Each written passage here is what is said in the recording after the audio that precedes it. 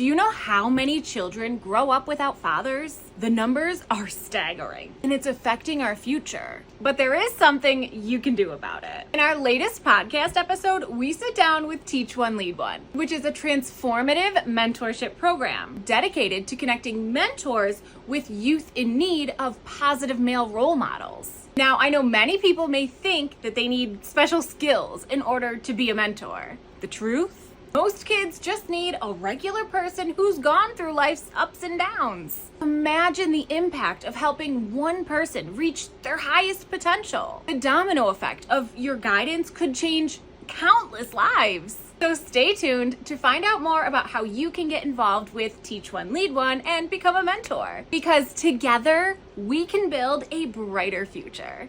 All right. Welcome to the AlignUs podcast. I'm your host, Dr. Nikhil Sharma, and I'm so grateful to have you guys here with us today. Today, we're going to be exploring an amazing topic that's dear to my heart about mentorship and how to get involved in mentorship. Joining me today, as always, is my co-host, Kevin Drummond, a growth and mindset expert. What's going on, man? How you doing? It's a pleasure to be here, ready to jump into things and talk about the impact of mentorship in people's lives and what we can do to be a part of Teach One to Lead One. And that brings us to our guest today. Joining us is Walter Allen, who is an area manager for Teach One to Lead One. Welcome, Walter. How are you doing today, man? Good morning, Nick. Good morning, Kevin. I got to tell you, I've been anticipating this podcast for some time. I'm grateful to come alongside you guys. Y'all are doing such a great work, just challenging and inspiring people, and looking forward to being a part of that process.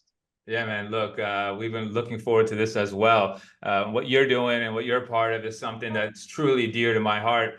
Growing up, I was fortunate to have, two parents in my life that would help guide me along my journey and my path. Especially, I could look up to my father, who would give great advice about, my career, personally, what I need to be doing. And, that came from a place of really authenticity and being very genuine about that guidance. Because despite him being an aerospace engineer, what he wanted his legacy to be was about giving back. And he spent years and years working with orphanages in India and guiding them, mentoring them, in terms of how to have a successful life, providing them resources, and that was the most inspiring thing I would see. And I remember one day he took me to one of those orphanages, and I'll never forget this.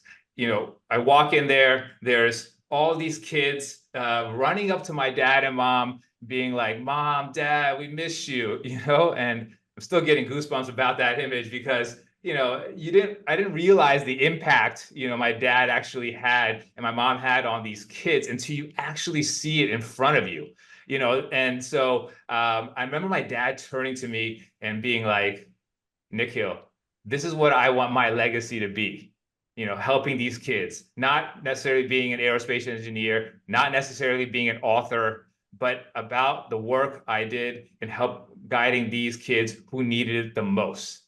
And that stuck with me. Just imagine hearing that at I think I was 21 years old.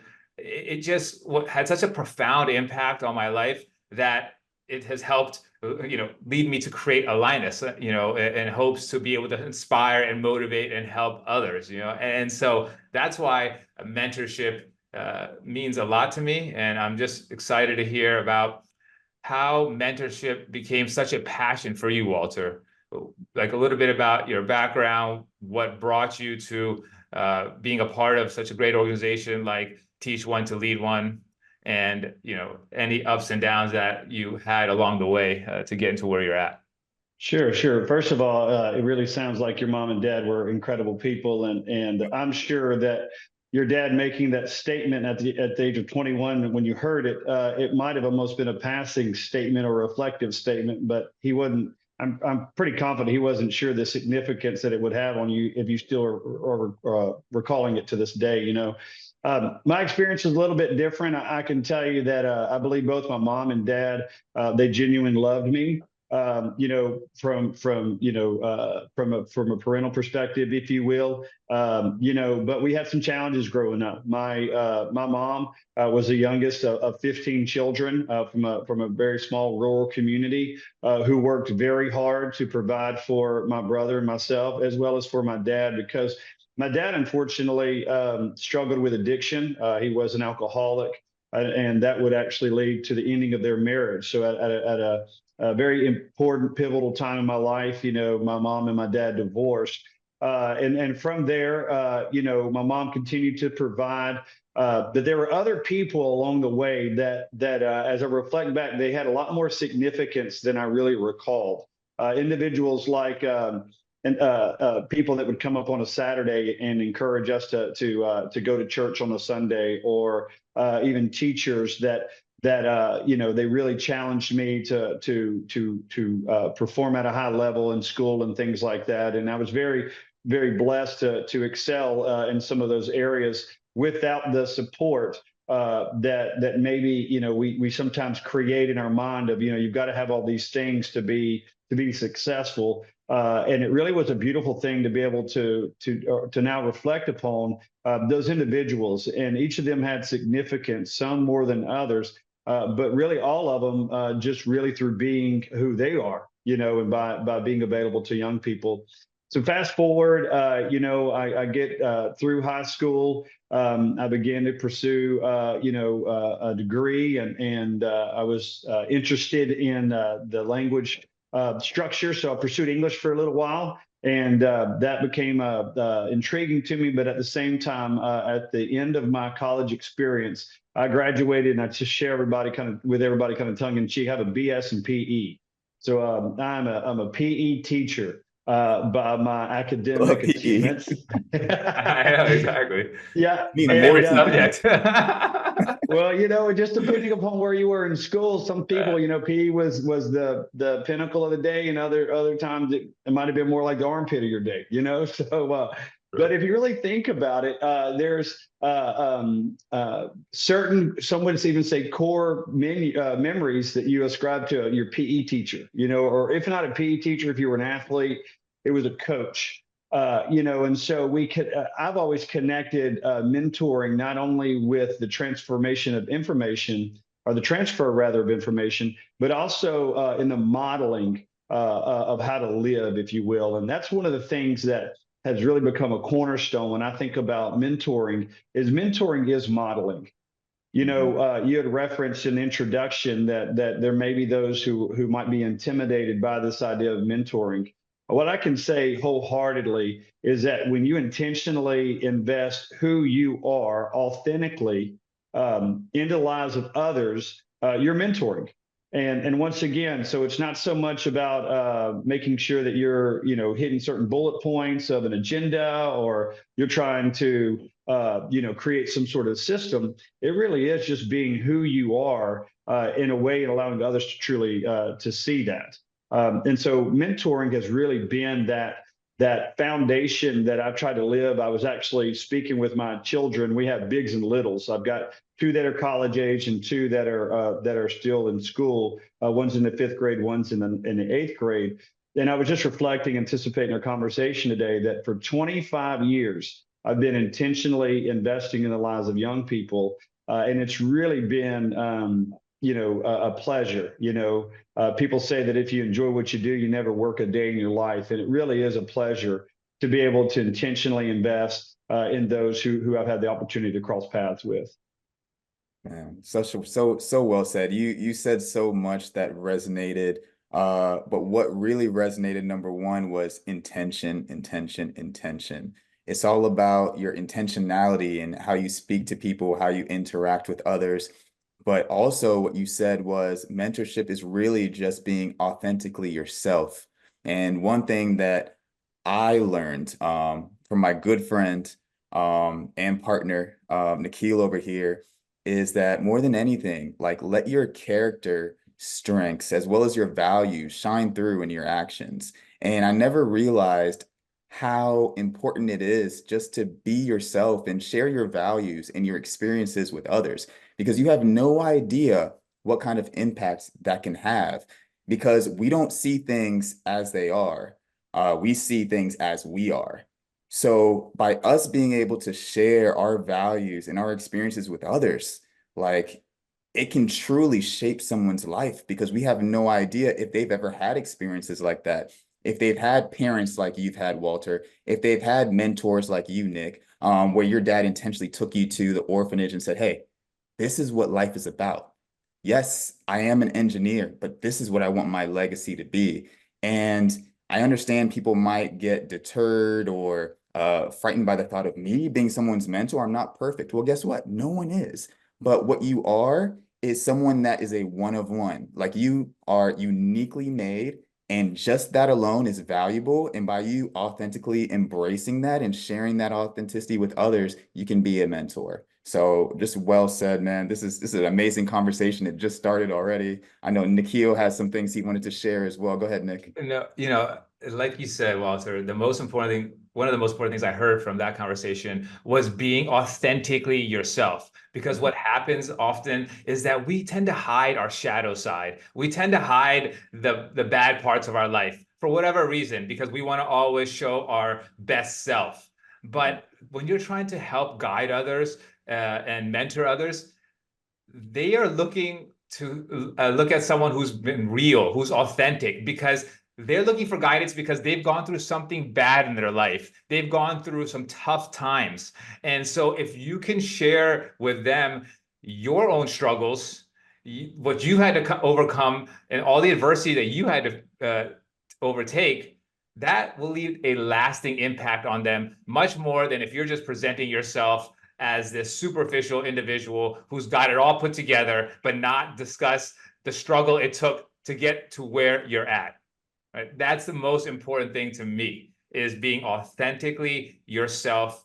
We're all going through a similar human experience on this planet, and everyone is having their ups and downs. So in order for us to be connected, it's important for us to be authentic. Yeah.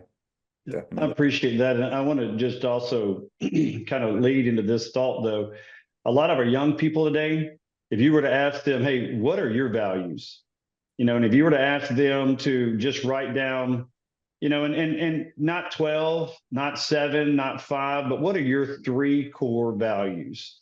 A lot of them, based upon my experience, would look back at you like, I don't know. And now with a little bit of coaching and a little bit of prompting and clarification, there would be a lot of students that they would begin to share some things that might reflect values. But even with that, there's still a lot of times just, I'm just not sure. And that's why I think it's important that while being our authentic self, we also give them a language that they can use to actually discover who they are. Because the reality is, a lot of our young people, when you look them in the eye with full sincerity and say, you know what, you have value, they'll look down, they'll look back and say, no, I don't. That used to be the question was, what do you want to be when you grow up? Go ask a young person that question now. Used to, you would hear all sorts of things. And usually it was things, a doctor, a lawyer, a teacher, now the number one answers I hear, a lot of them want to be famous. They don't know what they're going to be, but they want to be famous. They want to be rich. Some of them will put some sort of an occupation to it and say, I want to be an athlete. I want to be a rapper. And it's like, okay, so, and you want to affirm them there again. Those aren't wrong answers. At least you're getting them to respond with some sort of aspiration. But then you start asking them, hey, what is it going to take to be what it is you want to be? And they just don't know. Right. And that's because I feel like society has deemed that to be what the pinnacle of happiness is, right? If you're having a lot of money, you have fast cars, you have big houses, you're famous, that means that you are going to be a very happy individual. And we see that on social media. It is glamorized everywhere, on media, on the news. These people are who we should be idolizing. Yet those people that we're idolizing, they're not taking on that role of being a mentor. They are doing themselves as authentically as they can, whether that's good or bad. It's just that we they get thrusted into this role of mentorship when they don't really want to be there. And so our youth are being influenced that what it takes to live an authentically happy life means gaining all of this material wealth. And we all know that that actually leads to a lot of depression, a lot of poor mental health, and a path that's not suited for them. So it's just, I love this conversation about mentorship. And I think another important thing you mentioned was being intentional, because we are all a lot of us are in positions of leadership in any different organization that you're a part of. Me being a physician, in Latin, that means to teach. But, I took it upon myself when I was taking care of my liver failure population to go in there and to help educate them about what their disease process is, how they got there, and give them good guidance as to how they can recover from this and how they can lead a more fulfilling life. And, we ended up doing some 280 liver transplants at Ochsner Medical Center, the best liver transplant center in the world. And the part of that really resonated, or the reason why I got to that level, was because of the intentionality that was going on, with each provider that was walking into that patient's room in order to help teach them, to guide them on how they can live a better life mentally, a better life physically, and a better life spiritually, so that those outcomes can be long lasting. Yeah, and also one thing that really resonated was letting people know, regardless of what walk of life or religion or background they have, letting them know that you are valuable. Like, you have value just by being you. That is enough. You are enough. And I truly believe that our young people do not hear that enough. One word and phrase that resonates now more than ever is birthright. And you, as an individual, being a one of one, you have the birthright of value and worthiness just by being here. And I agree that our young people don't hear that enough, because they go on social media and they see people with these lavish trips. They see these huge houses. They see the fancy jewelry. And they don't compare themselves, or they don't see themselves in a positive light, because they're comparing themselves to those things.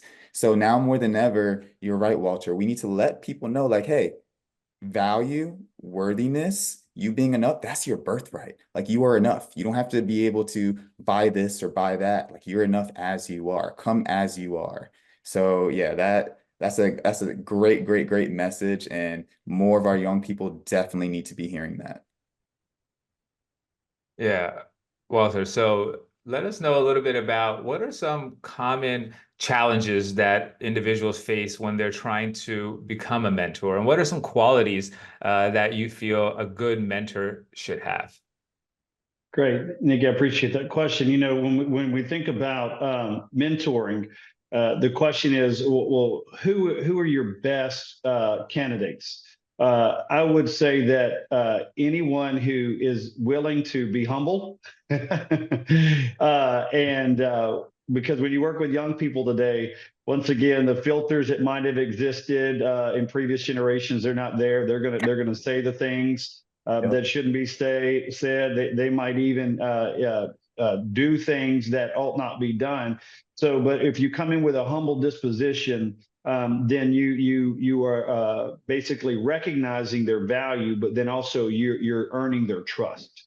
And that's, I think, a very important quality that oftentimes we assume that others, because of the position that we have as adults, especially when we work with young people, that trust is just a given, but it's not.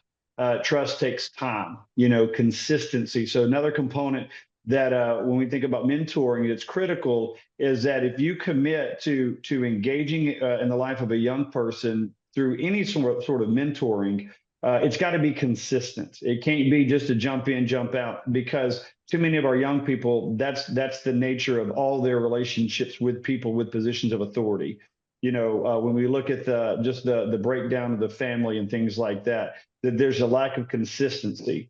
So, consistent, humble, but also what is your level of competence? What are the things that you know? Because once again, even though young people like when we were young, think we know it all, there's a lot that they do not know. So if I can come into that situation with a humble disposition, consistent, but also giving them information that will help them better identify their purpose, then that's what's going to set itself up for a really good mentoring experience. And the other thing that I love to say is that, the more competent you are, the more confident you are. And so once again, there's a lot of value whenever you step into that space with that young person and you come across not like, they're a zoo exhibit, and there's a barrier, but that you're willing to cross that barrier, be in their environment, and really try to provide them with resources. And you use the word resources in your opening. I like the word opportunity, and provide them with an opportunity to be able to discover and to continue to develop who they are.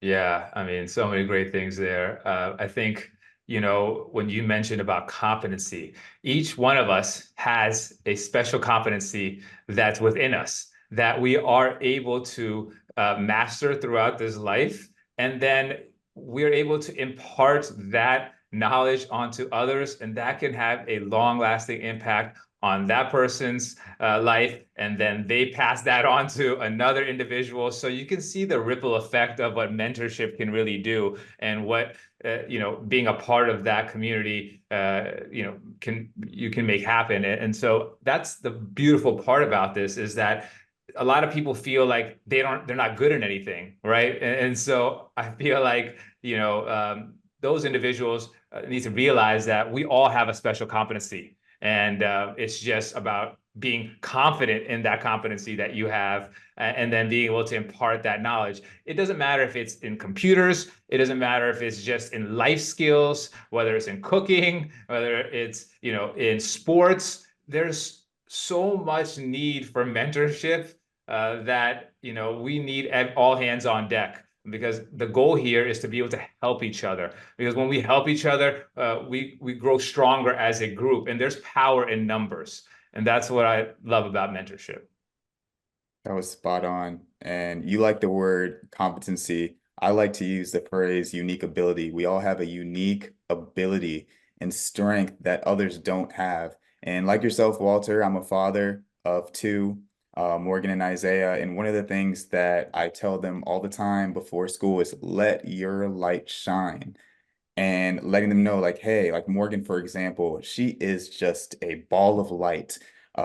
When she looks at you and smiles and she just wants to hug everyone, Isaiah too. I mean, it just changes your day. And I'm just like, do not let anyone dim your light. That is something that is unique to you. And I think more of our young people definitely need to hear that, because like you said, competency builds confidence. Once you feel that you have something that is so special, so unique to offer the world, and you're doing it, you have that positive feedback loop. You're sharing that unique ability, you're seeing the impact in real time, you're feeling good, and then you're doing it again.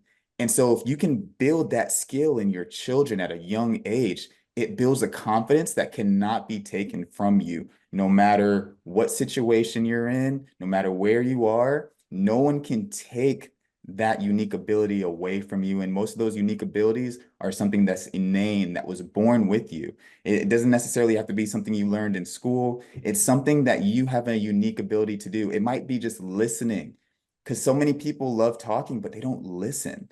And if we listened more, for example, now we got to see people where they are. And that's a huge part of being a mentor, listening.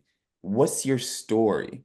Okay, this is what you're dealing with. Guess what? You had a bad experience with your father not being there. Do not judge your worth based on that experience. Like, you are valuable. There is something that you have that no one else has. Oh, a teacher said that you're not going to make it. Guess what? You can prove them wrong. They're only seeing it from their perspective, because like I said earlier, you don't see things as they are. You see things as you are. So this is an amazing conversation. I feel like we could just go on and on and on. But yeah, it's been a pleasure. This has just been great. I mean, I love it. And I hope more people see how important it is to be a mentor. And what can you tell us, like, if someone is interested in becoming a part of this organization and being a mentor, like what are next steps? What should they be doing? Yeah, Sure, and a little bit Kevin. about Teach One to Lead One. Just what do you guys do? Where are you guys located? And the impact you guys had so far, with the community. Sure, sure. So thank you for the question, guys. Teach One to Lead One, we're from coast to coast. We have what we call our Global Support Center. It's located in Kennesaw, Georgia, just north of Atlanta. But we have some of our oldest chapter experience, if you will, or programming experiences on the West Coast in Clark County, Vancouver, Washington. We're also in Scottsdale, Arizona. We're in central Indiana. I represent the great state of Louisiana. And we've got different programming in various other places. But the key to our success, if you will, some would say the secret sauce, it is the mentors. It is the men and women who are willing to be uncomfortable, to step into the environment. We work primarily through the school systems currently. We are excited to say we're rolling out a mobile opportunity for young people to be able to connect virtually with adults as well through our mobile mentor app.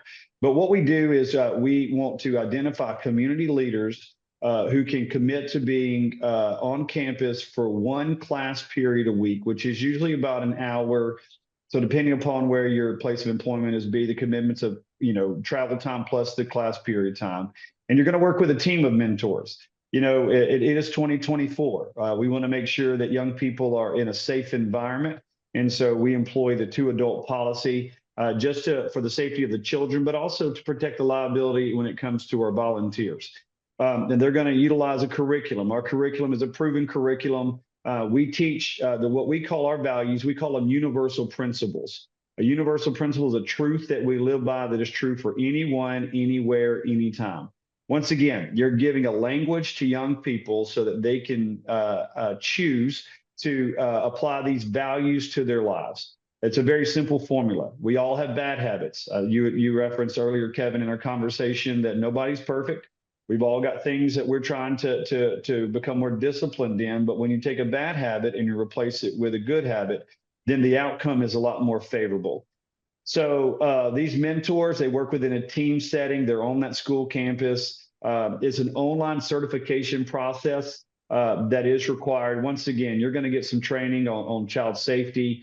You're going to get some training, some knowledge rather of who we are, which makes Teach One to Lead One unique. I will say that to my knowledge, we're the only organization that actually is a third party going onto the school campus during the school day, engaging students in their learning environment. So there's a lot of things that make us attractive, if you will, towards that community leader. And really the outcomes of what we see, because we do a pre and post assessment. So we actually see that our students are less truant. They have a low referral rate, which means they go to the office less. And both of those are indicators towards better academic outcomes. So while we do see those things in schools, appreciate that, the value really is in that young person, not only identifying their purpose, but then also developing their potential.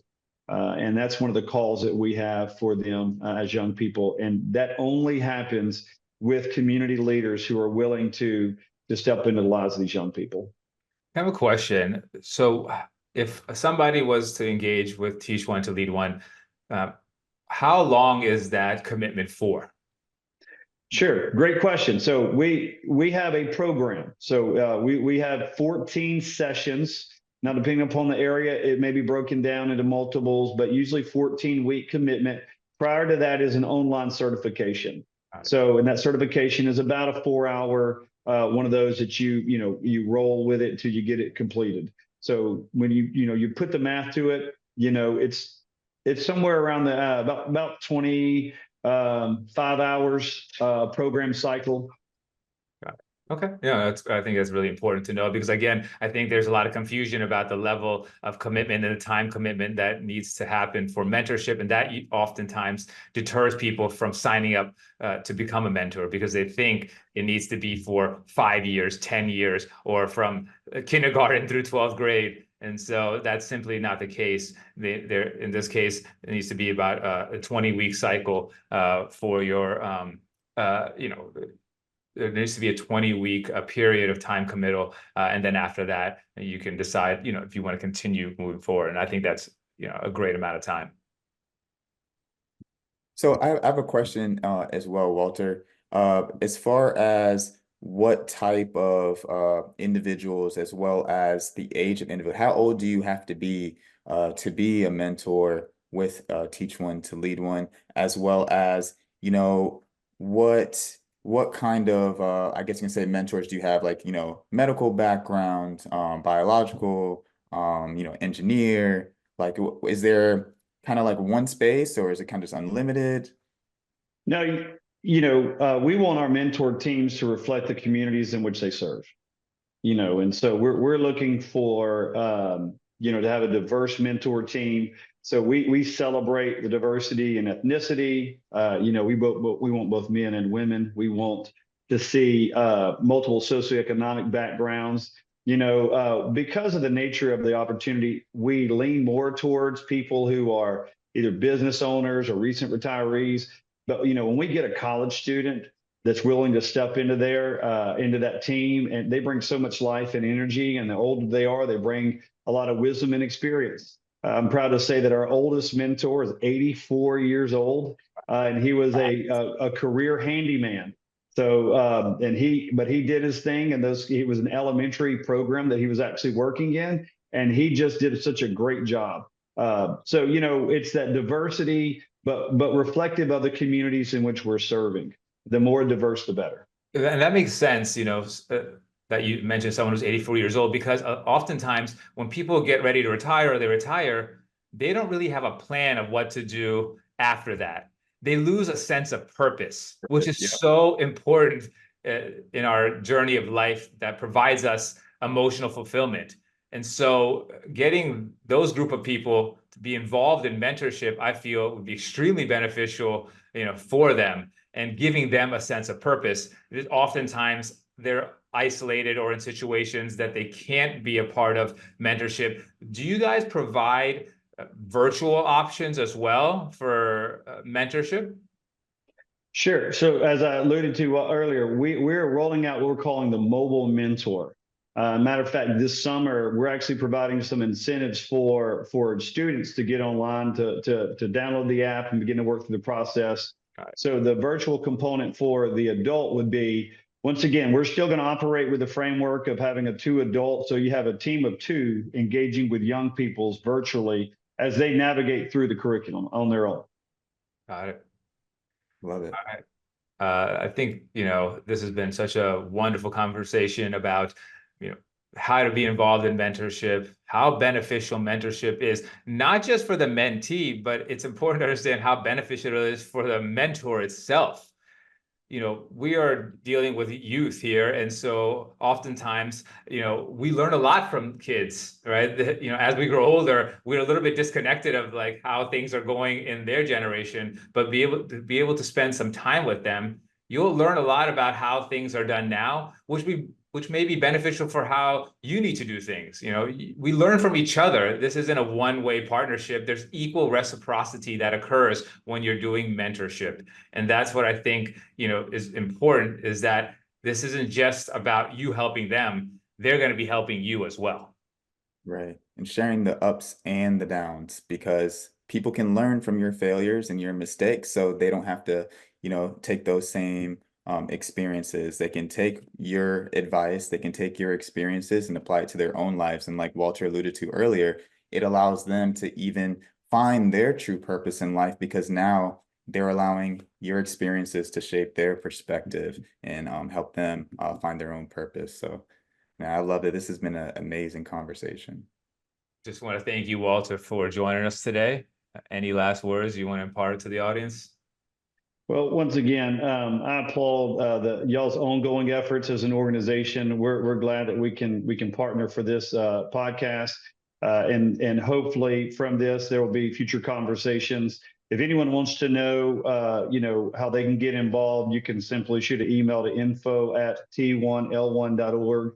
If you're in the great state of Louisiana, if you go to Louisiana@t1l1.org, that'll come directly to me. Also, we are on social media, so just make sure you check us out on whichever platform you choose to engage. And at the end of the day, our communities will only be strong if we as community leaders seek to make it stronger. Love that. And we'll have more of the information for contact in the comment section below. For all that joined us in today's podcast, we're really grateful to have you here. And until next time, peace.